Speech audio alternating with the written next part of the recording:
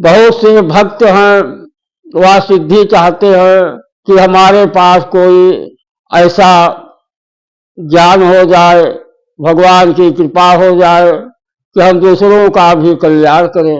तो यह बात तो बहुत अच्छा है। तो दूसरों का कल्याण का करोड़ हो जाने के बाद मनुष्य का जो है मन भक्ति की ओर लग जाता है और मन के विकार दूर होने लगते हैं। भगवान का नाम संकट को हरण करने वाला है और सुख को देने वाला है।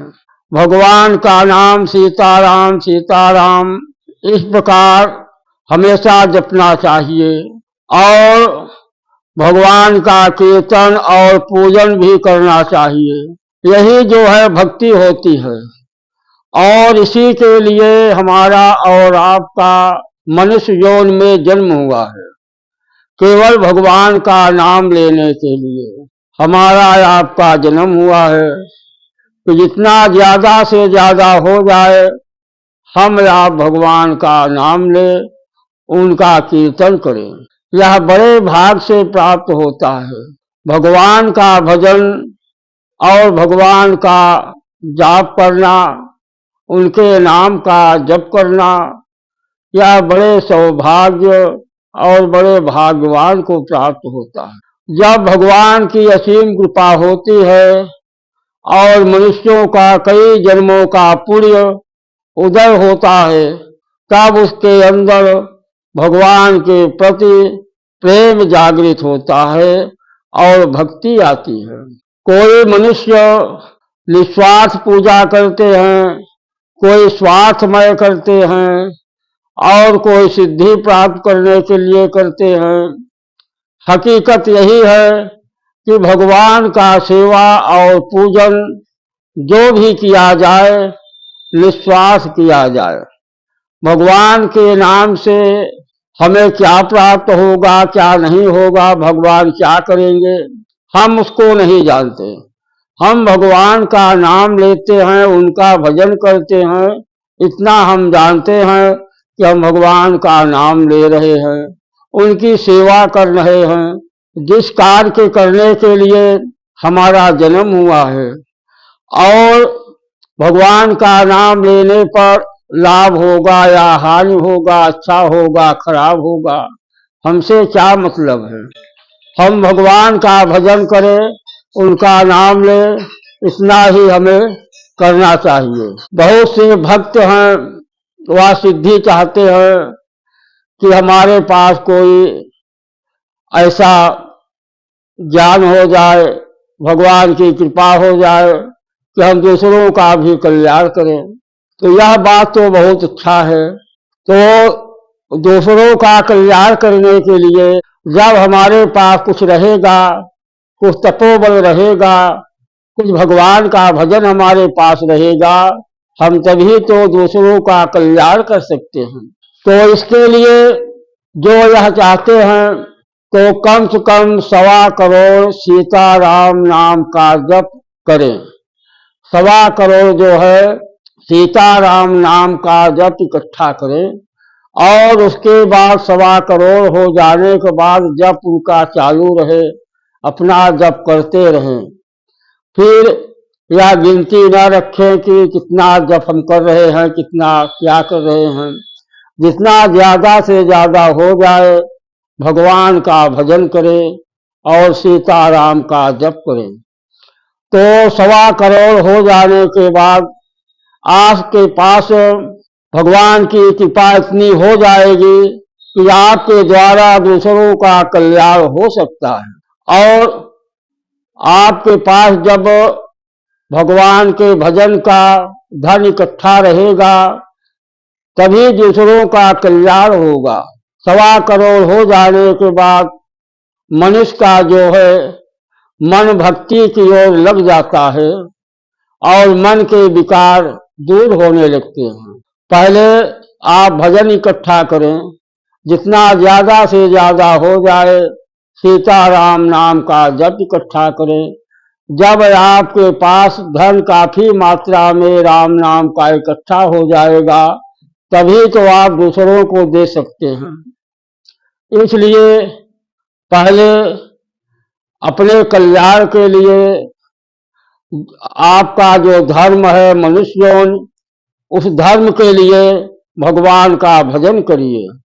पहले जब आप भजन इकट्ठा करेंगे खूब, तभी दूसरों का कल्याण होगा। दूसरों का कल्याण तभी तो होता है जो संत लोग साधु महात्मा करते हैं, और उनके पास जो जाता है उसका कल्याण होता है। तो इसका कारण यही है कि संत लोग जो हैं भगवान के भजन में मग्न रहते हैं, और भगवान का भजन इतनी मात्रा में उनके पास रहता है कि उसमें से दूसरों का कल्याण कर देते हैं। साधु वही है, साधु मतलब साधना, जो साधे, मन को साध ले और भगवान का भजन करे, उसी को साधु कहते हैं। तो आप गृहस्थ आश्रम में रह करके साधना करते हैं और भगवान का भजन करते हैं, तो आप जो है ये गृहस्थ साधु हैं। गृहस्थ आश्रम बहुत बड़ा होता है, या जेठा आश्रम माना जाता है। तो इसलिए गृहस्थ आश्रम में रह करके आप भगवान का भजन काफी मात्रा में करेंगे, तो आपका तो कल्याण होगा ही, और आपके द्वारा दूसरों का भी कल्याण होगा।